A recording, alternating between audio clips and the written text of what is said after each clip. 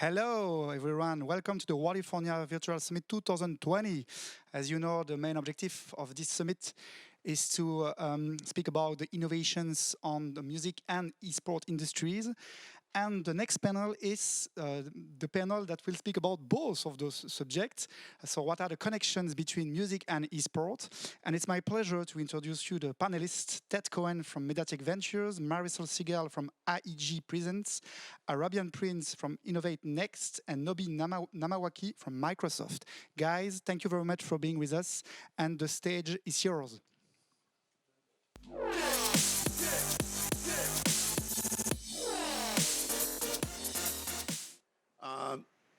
Most of the Arabian I know, Marisol I know, Nobie I'm just meeting. And as you know, the idea of this is that we're going to have a discussion. It's sort of like we're sitting over lunch and everyone that's online with us right now is sitting at the next table.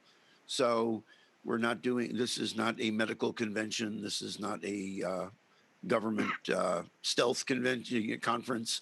We're going to talk among us. I guess the first thing is to get your viewpoints. I'd sent each of you a definition of what Wikipedia considers esports to be, which to read it, it says esports, also known as electronic sports, is a form of sports competition using video games. Esports often takes the form of organized multiplayer video game competitions, particularly between professional players, individually or as teams. In the current state of the industry, do you agree with that definition or is it morphed? Arabian, why don't you go first? I think it's morphed, and one thing I often say is people think esports is something new that's happened in the last like 10 years. Esports has been around since, oh my God, the 80s. People have been playing competitive gaming since the 80s, and just now it's been given a moniker of esports, so people can understand kind of what it is. But for me, I think it's so much more than what most people understand it to be. And so, what do you think it is? What is it morphed into today? What does esports encompass for you? Because you work in music, you work in esports. Yeah. When with a foot in each of those worlds, what is the what's the landscape like? It's a culture now. It has become skateboarding. It has become hip hop. So, esports is no longer this nerdy gaming thing that only nerd gamers used to play, even though I'm a nerd and I'm a gamer. Yes. It's something that's more about culture now, and it transcends into, professional basketball and, celebrities and, like I said, rappers and hip hop artists, as well as, competitive gamers. So it's a culture now as opposed to just being this little blip like esports. Well, I have to share, about 5 years ago, I was at the Venetian Hotel in Las Vegas for CES. And there's a guy in line for me who looks like Ron Howard's steroid-enhanced brother. And he's talking to two girls in line, and he goes, I'm Fatality. And they're looking at him. He goes, I'm the biggest gamer in video games. We're having a party tonight. And I went, it is rock and roll. He was basically... He was a gamer celebrity. I went and looked up who he was afterwards, and I met him. But he literally was, I'm David Lee Roth. It's like, it was hilarious. So Marisol, what are your views on this? Because again, you've been on all sides of this. Yeah, it's actually, I think Arabian really hit it on the head with sort of that it's culture, and it's not just, as people perceive, like gamers are just nerds who like aren't social and don't do anything. And I mean, when I try to explain esports to people, when I talk to them about gaming, and I don't really just say esports, I actually use the word gaming generally when I'm talking about it, because I think, to the point that competition's been around for a long time. I mean, there's a great documentary about like the Donkey Kong player guy that was made years ago. Like, right. Like, old school video game competition's been around. The internet has turned it into more of an esports world. But yeah, I think the cultural part of it, I think the games and the diversity of the games, the sports games versus the music games versus the all the other games that exist and old school games, I think that's also sort of helped with the culture and really brought a whole bunch of people in. So how do we avoid, Nobie, I'll get you 1 second here. How do we avoid jumping the shark and not having Ken Jeong versus Jenny McCarthy in a video game competition, and all of a sudden everybody goes, I don't want to be here for this. Well, I would say that one of the most important things to remember about esports is its origins. Gaming is about community. So like when you're sitting in your couch and you're playing anything, it doesn't even have to be a sports related game. You're always trying to beat the person next to you. And all esports is the evolution of that into something more formal. It's just Right. like when any kind of sport started back in the day, people got a ball and they started kicking it around. And then all of a sudden you started formalizing it with rules. You started creating leagues, you started creating these athletes and these celebrities that you're talking about right now. This is just the evolution, the generational gap of something similar to that, where the lower aged people that are coming in, they identify a lot more with this digital kind of ecosystem, and they're able to watch. I mean, more people watch live gaming than they do sports now in a certain demographic, in the younger demographics. They watch people playing Minecraft, or they watch people playing Fortnite in larger quantities than they do watch like a football game. And I think what this just shows is that connection that we had as kids to our heroes, it's kind of evolving into something new. And I think when you were asking your question earlier, what do we think esports is morphing into? I think it's not really morphing into anything. It's just that same core need to compete that's getting to a global scale. Our world is so small now.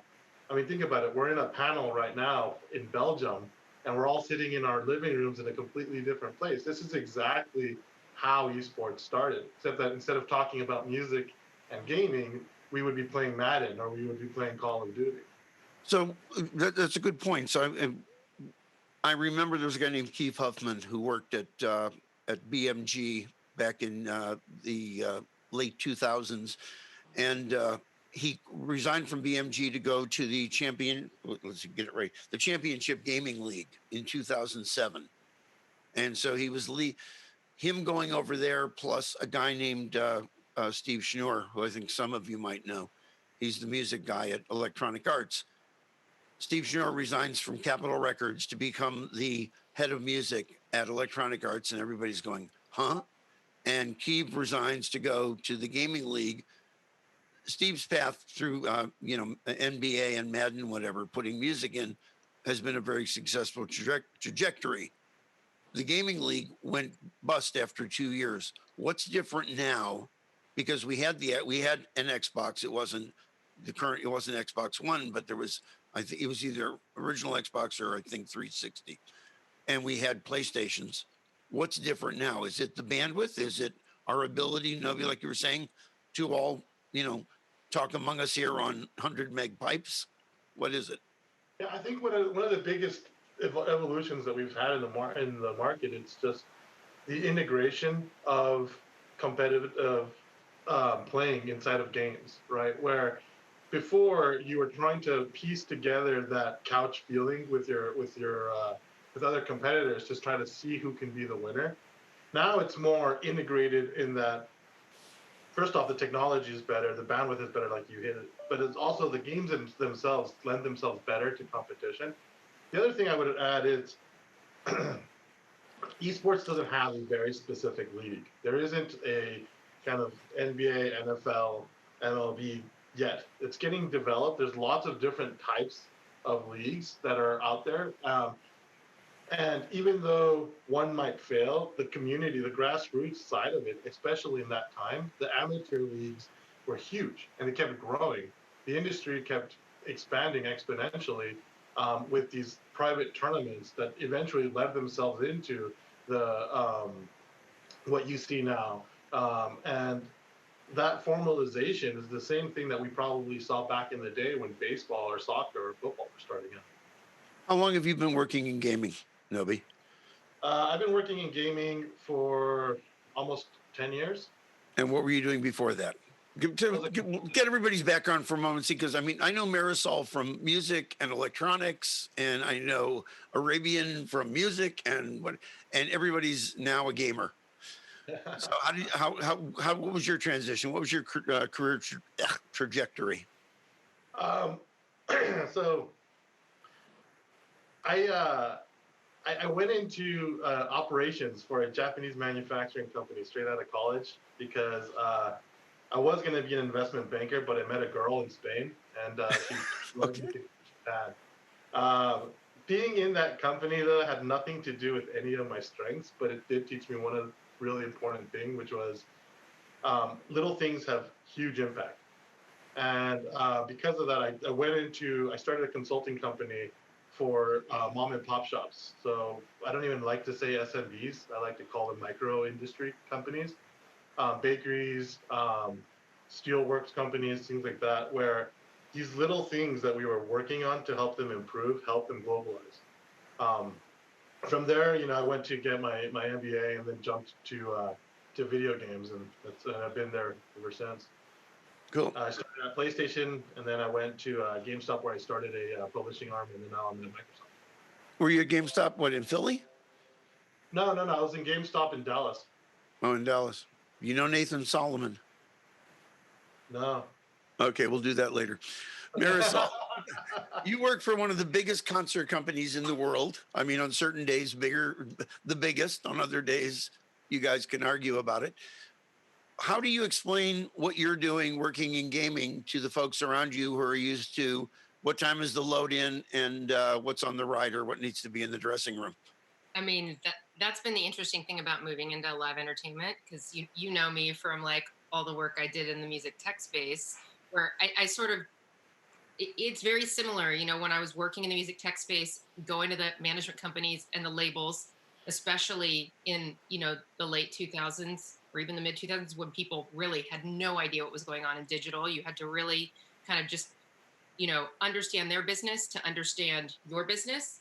And to translate to them appropriately. Yeah. Yeah. And I think that, look, gaming has been around for a long time. I mean, I have a little Galaga machine in the other room of my house. Like, it's like, talking to people about gaming. And that's why I like to use the term gaming and not just reference it as esports.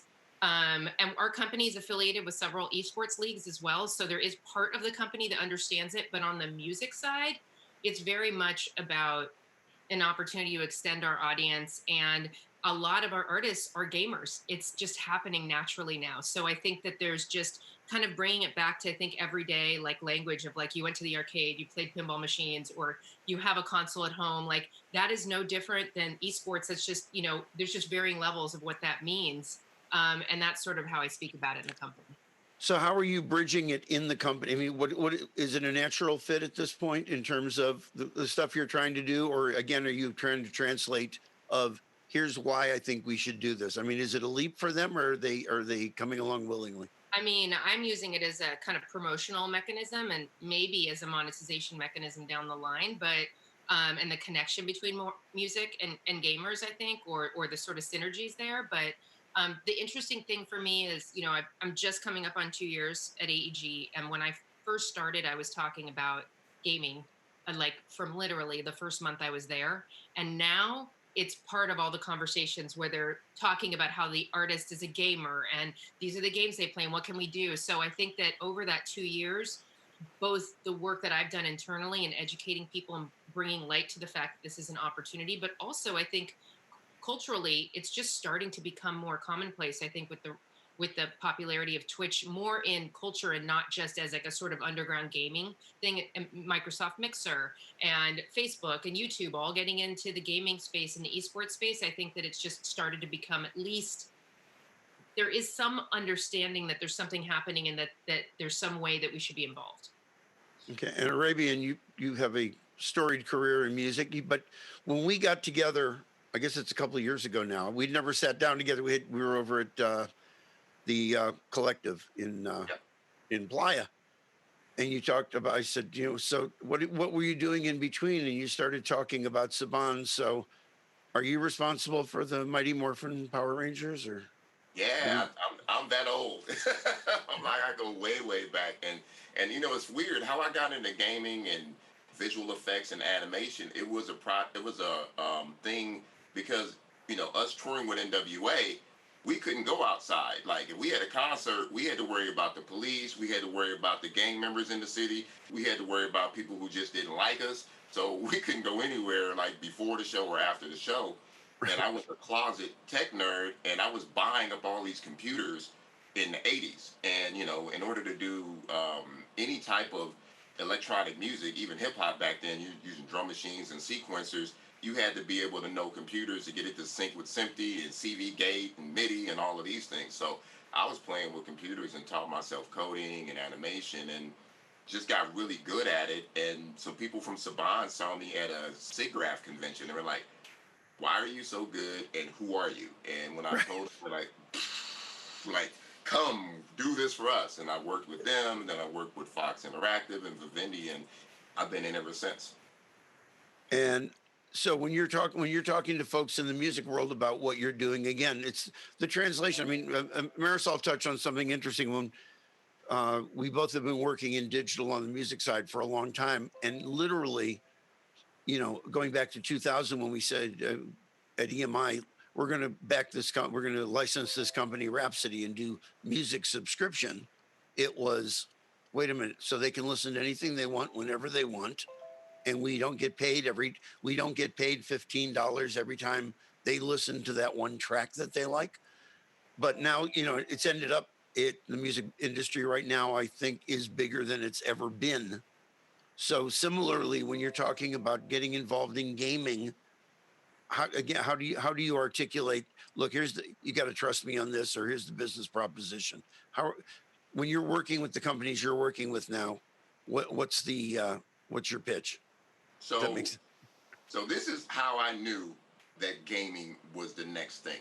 And it goes back to the 80s and the early 90s. Like, if you're on tour and all of the dudes that you hanging out with are drinking and smoking and partying, and then ColecoVision comes in, or the handheld gaming system, and all of a sudden they stop drinking and smoking and they're all playing video games, you're like, wait a minute, what just happened? Like, there's something over here like that I need to get involved in. And, you know, bring that to the forward. Every big company is saying, how do we get into esports? A lot of them don't understand it, but they know gaming. They're like, okay, this gaming thing is big. There's some synergy. Like, how do we get in? Or is it a marketing play? Is it, you know, do we like sponsor a team? Do we sponsor a gaming event? They don't know. So they have to look to people like us to kind of tell them what they need to get into. I just spoke last week in front of over 100 investors who think I know what I'm talking about and said, hey, tell us what esports is and how do we put our money into it. So it's bigger than life now, and I think it's up to us in the industry to educate people on exactly what it is and how not to get burned, because there's so many companies out there claiming that they know and that they are and that they can deliver all these amazing things, and they actually can't, and just taking people's money. Right. So I for Nobie, you don't know me. These other two folks know that it's all about stories. So it was 82. We're doing the Dirty Mind tour, Prince, and we fly into Detroit. And Andre Simone, who was playing with Prince at the time, says, "I'm going to go to the video arcade." He goes to the video arcade while we're waiting for baggage. We then all leave and we drive to not Grand Rapids, Ann Arbor. We get to the hotel. We have 3 station wagons. Everybody gets out of the station wagons. We realize we all thought Andre was in the other car. We drive back to the airport, back to Detroit.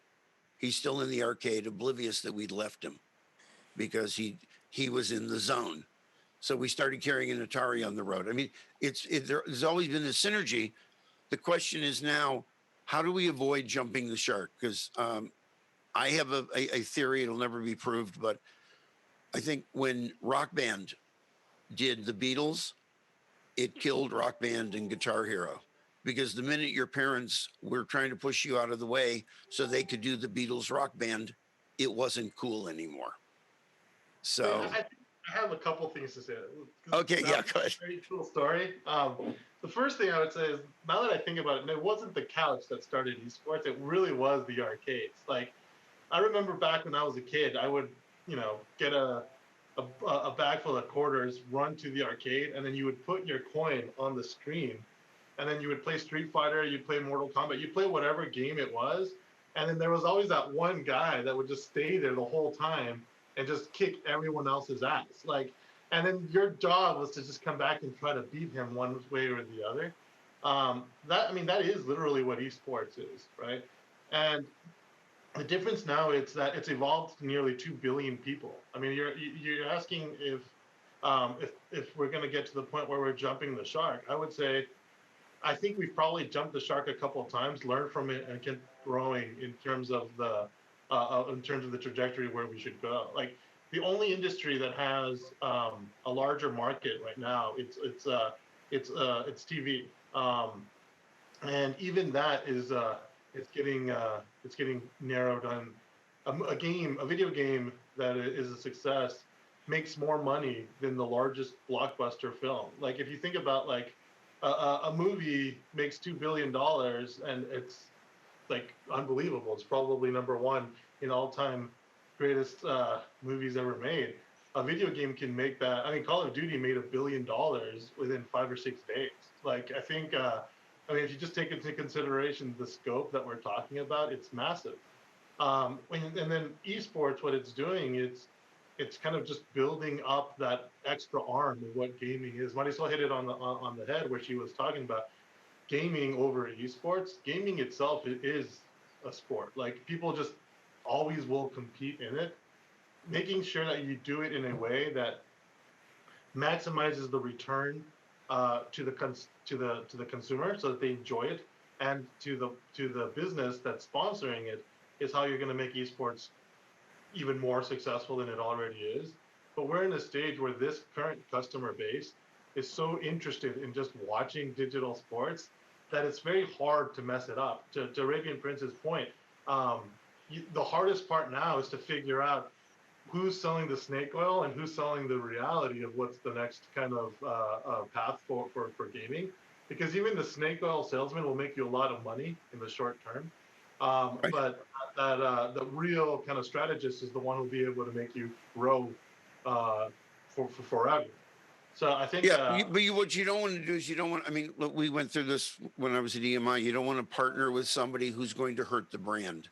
If they're going to spend money and you think maybe they're spending it foolishly, if it's benignly foolishly, it's okay. If it's something that's actually going to hurt hurt what you're trying to accomplish, it's not about the advance. It's not about, saying, well, we brought a bunch of money in. Sometimes you have to turn the money down, to move your initiative forward.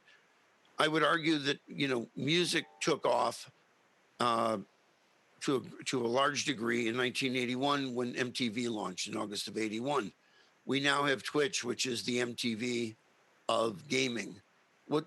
How important is the impact of Twitch on what you're all doing right now, Marisol? I mean, Twitch is obviously what's interesting about Twitch is there was a whole bunch of people who would have felt that they were generally clued in on what's popular in culture or the internet, who didn't even really know what was happening on Twitch 2 years ago. And obviously consumer marketing, they're starting to do more out of home. They want to diversify, but their platform's always had more than gaming content on it, but it's really rooted in that. And one thing I want to mention with Twitch is Twitch has been around technically since 2005, 2006, because it used to be as Justin TV. Yeah, and remember when I was at Kyte, they were actually a competitor, and they did a smart pivot. Kyte. Exactly, and talk about Kyte for 1 second. Let's go down memory lane of Kyte was so Daniel Graff. Kyte was so far ahead of its time in terms of being able, Arabian, to follow you around, and whatever you're doing, you're just pulling your phone out, and I'm going to get a pair of I'm going to get a pair of kicks right now. I'm grabbing a meal at Crack Shack at Century City. Yeah, Crack Shack. I remember that. I know you remember that. Crack Shack is the best fried chicken, some of the best fried chicken in LA. Roscoe's is also really good. But you would have your own. I had a Kyte channel. I had Spinal Tap. And, I would I'm here, I'm whatever. But again, it was a great idea that was a few years ahead of its time. It was the internet. We hadn't fallen in love with ourselves enough. Yeah, I mean, I think it was actually bandwidth more than that. I think that that's always been there. Just I think the internet and having the ability to, actually broadcast from your phone, having the ability to broadcast and live stream from your home, like on a basic internet connection or on a basic cellular connection, is what has transformed everything. And to be honest, I think that's really, Twitch's popularity is growing because everybody's understanding and has the ease of those capabilities, and not just the most like the smartest, technical people who know how to use OBS and have a gaming computer. Like you can do this stuff across the board. I mean, so I think Twitch's impact is important. And I think if you look at what YouTube and Facebook are doing, having started gaming now, it's very clear that they know that there's an opportunity. They already have a massive audience, so they're already racking up a massive audience for their gaming platforms. Microsoft sort of failed at that, but that's Right. okay. And Caffeine, I just got a bunch of funding to pivot into more of Right. a broad live streaming platform, because I think it's very clear it's Twitch, Facebook, and YouTube, and Twitch really is Amazon, right? So at now, And so, Twitch is Amazon. It yeah, literally is.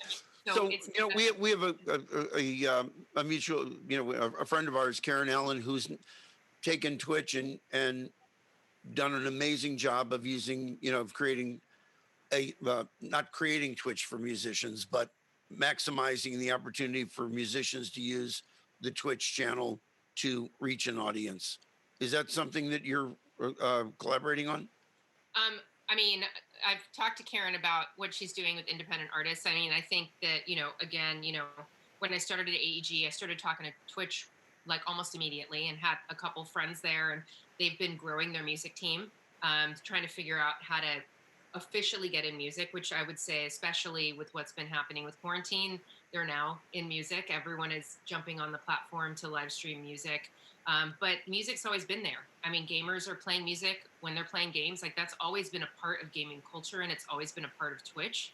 And the audience is massive, and it's super engaged. But it is a different kind of audience than Can Twitch for musicians be the whiskey in the Viper Room for music in terms of artists developing out of a Twitch? That it becomes, instead of doing a gig at the Viper Room, you're doing a global gig and Absolutely. building an audience. I mean, it's just no And your different feet don't stick to the floor. Right. I mean, whether you're on TikTok, whether you're on Twitch, I mean, those are all opportunities. And for someone who's technically some moderate technical savvy, and like, is willing to spend some time online. And I think the difference here is, gamers, the influencers that are popular today have really taken, I think the gamers have really been the ones that started that sort of audience engagement online, and really working with artists and building up those fan bases and the subscription mechanisms that all of the music industry is starting to try and tap into now. But there is a specific thing that we really should be looking at gaming and esports, because the way that they engage with audiences online, the way that they interact with each other, the building that community in an online way, is they're really the masters at it, and that's really where everyone should be looking. And at this point, it's more organic than contrived when they're building. Yeah. Right. I mean, we have a question. I want to get to one. Raven, give me 1 second. I'm going to read the question here. It says from Joshua Keeling. When we were kids playing video games, we always did it listening to our favorite records. I can envision being able to choose an online concert to pipe music from a game that a game. Let's see. I can envision being able to choose an online concert to pipe music from that a game group identifies with. Is this something that's viable? Any ideas? So is the question, That was their music connected to a gaming group? Like, well, they're basically in possibly in a window in the bottom corner, you're watching a live stream of Foo Fighters while you're playing the new Call of Duty. Isn't that I all want to about tell you one of the partnerships that we just finished with Game Pass. Oh, sorry, Marisol, you were talking. I was just going to say licensing. That's it. It's licensing. Arabian, you started to say something. I'm sorry. No, I was going to say to piggyback of what Marisol was saying earlier, as far as the whole thing with, I think the problem, and there's a slight problem with musicians and artists on Twitch and doing the streaming, because the brains of musicians and artists are different. They're not like gamers were tech people. They were into that space. And artists just want to, like, I just want to play. I don't want to deal with this. Like one of my partner companies, EVGA, actually gave a buddy of mine, one of my DJ buddies, he's gonna kill me because I forgot his name already. Anyway, they gave him a streaming system because he was having trouble trying to figure out how to stream when he was. I'm having trouble too, Arabian. I'm really having a lot of trouble with that. So, So, introduce me. yeah, so they helped him do that. But the thing is, most musicians don't want to be bothered with that. So even with Twitch, I'm on Twitch. I don't really use it much because I'm too busy, but I understand it. But most musicians don't understand it. And a lot of startups are popping up trying to build a tool for the musician space so they can just literally press a button and, okay, I'm playing music and this is cool. So I saw one from London that hasn't debuted yet, but it's really cool. I mean, you from the moment you want to be up online doing a broadcast, it's a single push of a button to basically pull all your gear into a high quality feed. yeah, I think I'm looking forward. I think So to answer your question though, with the gaming groups and music connected to it, we had a partnership with Spotify, and the reason why we did that was if you're doing the Venn diagram between people who game and the music they listen to, it's almost the same exact circle. Like there is no kind of really difference in it. So people on Discord will get together and they will play games that aren't even multiplayer games, listening to the same track, and they want to share that track. And so what we did is that we wanted to enable that so that you can just go onto the same playlist, listen to the same music while you're playing these different games. So that already exists, and it's really, really prevalent right now in the market where people not only do they want to get together to play games, they also want to get together to enjoy the full experience. And music is a key part of that gaming experience. So, Nobie, unless I'm incorrect, you're at Sony now, right? Is that correct? I'm at Microsoft. Oh, you started Sony. Okay. So how is Microsoft, when I was first working with them, again, it was a bit awkward until they got the hang of it in terms of there's some really innovative stuff that's done, and then trying to translate it upward is sometimes a challenge. How similar to what Marisol does at AEG, how do you work it upward through the ranks to get the attention that you deserve? So what's funny is that, like, if you would have asked me 5 years ago, I would have told you there's no way in hell I'd ever work at Microsoft. Just because within in my mindset, it was just the culture was very much engineering based, and video games is all about that emotional connect. It's the only medium that exists where you have an active connection with what you're doing, right? Like everything else is passive. You either listen to music, you either watch a movie. In video games, you're actually controlling it. So if you have an engineering way of thinking about it, then you lose the soul of that video game. The reason I'm at Microsoft now, it's that the leadership now, they understand that, and they've focused so much on the fact that gaming is its own vertical, that at the CEO level, it's already split up. Phil Spencer reports directly into Satya, and he has his own division underneath him that gets to kind of be in isolation so that they can do what's best for gaming. And you see that a lot of the success that we've had and a lot of the products that we've introduced, either being the accessibility controller or even Game Pass as a subscription, all it's doing is trying to see how we can lower any barrier to entry for a person to want to get in and enjoy the games, right? Enjoy their time playing. And I think Phil has done a very, very good job about focusing on why people play, and then adding as much features or as much product that they can to that, versus trying to make the next big box. And I think that philosophy comes from up top. So there aren't any real barriers when it comes to like trying to convince the Satya and his directs that we should do something for gaming. I mean, we're talking about a market that is not only does it have like an amazing CAGR, it's also overtaking things that would never assume, like telcos and other over-the-top media. And so you can't just close your eyes to it. And when you think about it and you think about what it is and why we do it, it's very easy sell, especially for someone like Satya, who's very much about like the culture and very much about D&I. So you want to be inclusive, then you need to understand what people want. This is why esports exists. This is why music has such a strong impact on what esports is. If you identify with what you're doing, and music helps you kind of broadcast your identity.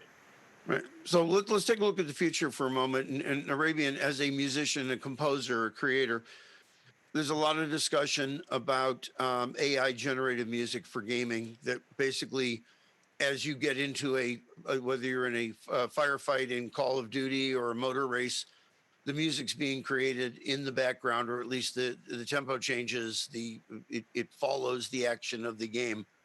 Is that a good thing for musicians? I mean, is that a tool, or is that the robots on the automation line? I've had a lot of conversations about this. I look at it as a tool, and in gaming, I don't really mind it as much, but it still does take jobs away from composers. That's just what it is. But as far as when AI crosses over to trying to make popular music, like they're talking about, oh, let's use AI that can figure out how to make a hit song, or okay, it can listen to a hit song and dissect it and recreate that dopamine feel of that hit song and recreate it.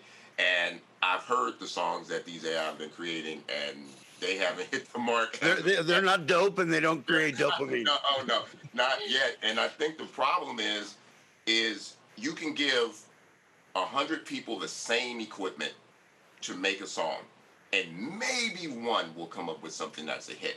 So it's a formula, but it's also a creative expression, and that's something that AI still has to figure out, is a creative expression from a human being. And that's something that, until it happens, I got to wait and see. Well, it's interesting. There's a woman named Judy Stakey. I don't know if anybody here knows her. Judy was at Warner Chapel a few years ago, and she's doing these Sunday online how to write, how to get your song, get a sync for your song, whatever. And there was a guy on there. It was Nico Korolog. I'm saying it right. And he was messaging in the side window that he was an AI composer. And so I said, call me when this is over. We're now working together. We've been working together for about 3 weeks. He basically uses AI. He takes stuff that he writes. He's a composer. He's not a programmer. He learned how to program, but he'll create something thematic. Let's say, I'm not comparing, but a John Williams, something that you really know. And then he'll use AI to create, variations on it, to basically elongate the composition, but using AI to do it. So he's starting from a songwriting perspective, not a programmer perspective. And so I think it's a little more organic. So I just really liked his energy. I swore I was getting out of artist management 20 years ago, but I got pulled back in because he's got an energy and a direction about it that's really interesting. I'm not plugging him. I'm just saying that there could be a midpoint here where it doesn't have to, be the rise of Skynet. We're down to literally a minute and a half. I'm going to shut up uncharacteristically. Marisol, why don't you go first in terms of advice to people that are working in music and gaming on how to bridge it. If you were, you met somebody, you're meeting somebody at a conference right now, they say, how do I get into this? And what's the right thing and the wrong thing?